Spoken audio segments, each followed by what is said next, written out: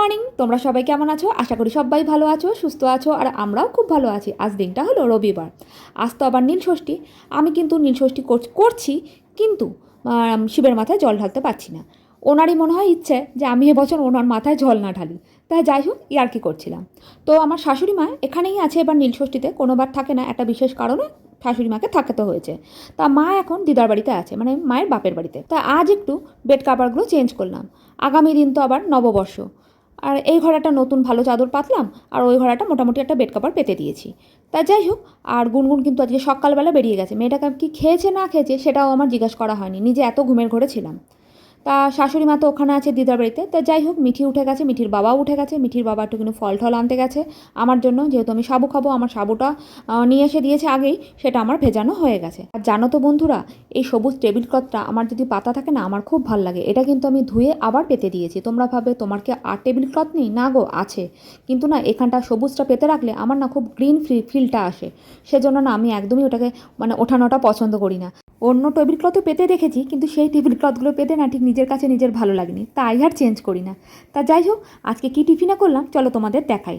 তা আজ টিফিনে করেছি কাস্টার্ডটা করেছি ঠিকই, কিন্তু না খুব চাপ হয়ে গেছে ফ্রিজে রাখার জন্য। যেহেতু সারা রাত রেখেছিলাম সেই জন্য দুধটাও মনে হয় কম হয়েছিল, বা কাস্টার্ড পাউডারটা বেশি হয়ে গেছিলো, বুঝতে পারছি না। তা যা হয়েছে হয়েছে, ওদেরকে খেতে দিয়ে ওরাই এখন বললো কেমন হয়েছে। তা মিঠিকে বললাম কী কী ফল কেটে দেবো বল। ও বললো ব্যানানা আর গ্রেপস, সেজন্য ওকে ওইটাই দিলাম। আর গুনগুন তো বেরিয়ে গেছে। আর শুভ্রজিৎ বললো তুমি খাবে না? বললাম না না, আমি খাবো না, মাও খাবে না, কেননা এগুলো তো ফ্রিজে ছিল সেই জন্য। তা মিঠিকে এখন খাইয়ে দেখি ও কি বলছে, ওর কেমন লাগছে।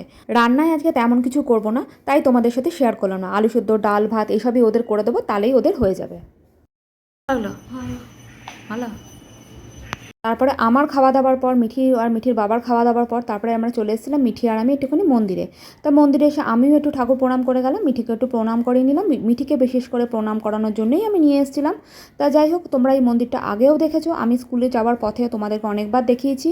আর তার আগের বছর আমি এখানে নীলে জল ঢেলেছি, তারপরে শুভ্রজিৎ শিবরাত্রিতে জল ঢেলেছে, তোমরা বহুবার দেখেছো এই মন্দিরটাকে।